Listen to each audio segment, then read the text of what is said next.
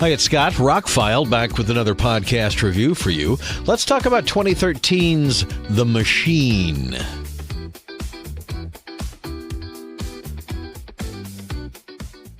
This low-budget science fiction movie is actually pretty good. It was in my Amazon wish list for like years. It just never dropped to the price that I really wanted to pay, and then it kind of went out of print. It's like not available for a long time.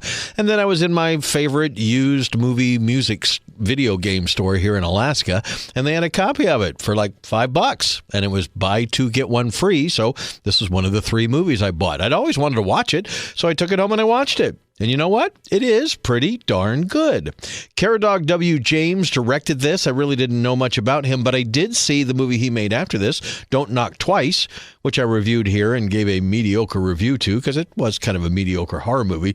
But this, on the other hand, there's a lot of people comparing it to like Blade Runner and stuff on the back. I don't know if I would go quite that far. For a $1.5 million budget, they did amazing things here.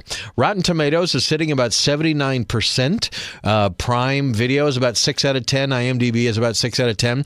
I would say it's a little better than that. It starts as your typical kind of artificial intelligence becoming self-aware kind of science fiction story. And normally, most B movies like this would take a certain route to that, to the action, to the violence, to the controversy, to the whatever. But this zigs and zags when it should zag and zig, or at least you expect it to. And it kept me a little bit on my toes because every time I thought they were going to do something that I expected, they would do something a little different, and it would come out differently. And that's what I liked about the movie, especially how it ends differently than most of these kind of movies end. I think all in all, this was a good script, good acting. Toby Stevens is the star. He's the scientist Vincent who's working on this artificial intelligence. Katie Lotz plays Ava, and she also plays an artificially intelligent machine. Where the controversy comes in this is he's working on artificial intelligence, and it turns out he's really trying to save his daughter who's wasting away from a terrible disease, but he's working for the military, and they're going to want some of this for weaponry.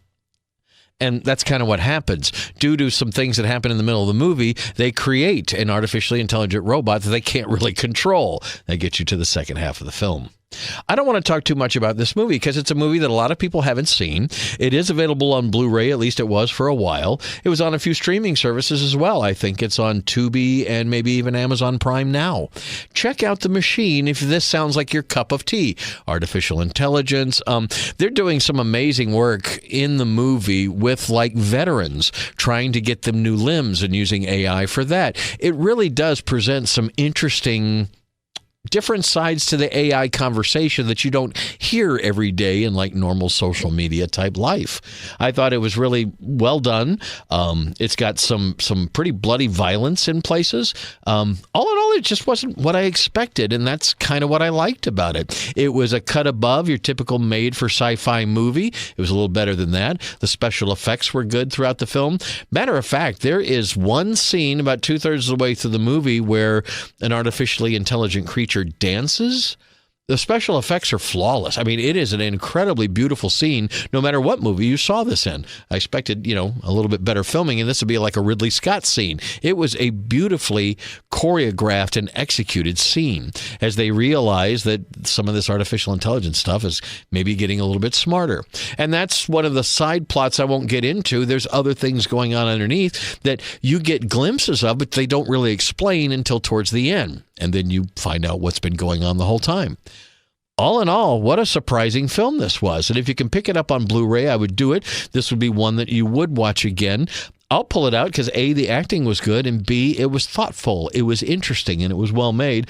Arguably well made than the guy's movie after this, that Don't Knock Twice movie that I just thought was okay. But The Machine, I'd be watching other movies that Caradog directed. Interesting name.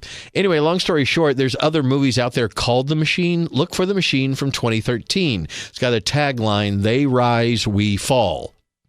AI kind of thing. Anyway, I'm not going to talk too much more about it because you should check it out. But like cinematography, the story, the acting, all is a cut above what you would expect from this kind of movie with this kind of background, with this kind of budget, with this kind of didn't get a big push.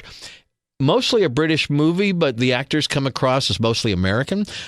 It's funny to watch the extras after, and nobody has an American accent, but they all did really well in the film. I thought The Machine was pretty good, and it's available now. Stream it. Let me know what you think. Next up, I'll be talking about an Italian horror movie that I've never seen. At least I thought I'd never seen it, and it's going to be an interesting review coming up next here on ROCKFILE's podcast. Please like, share, and subscribe, and have a spectacular day.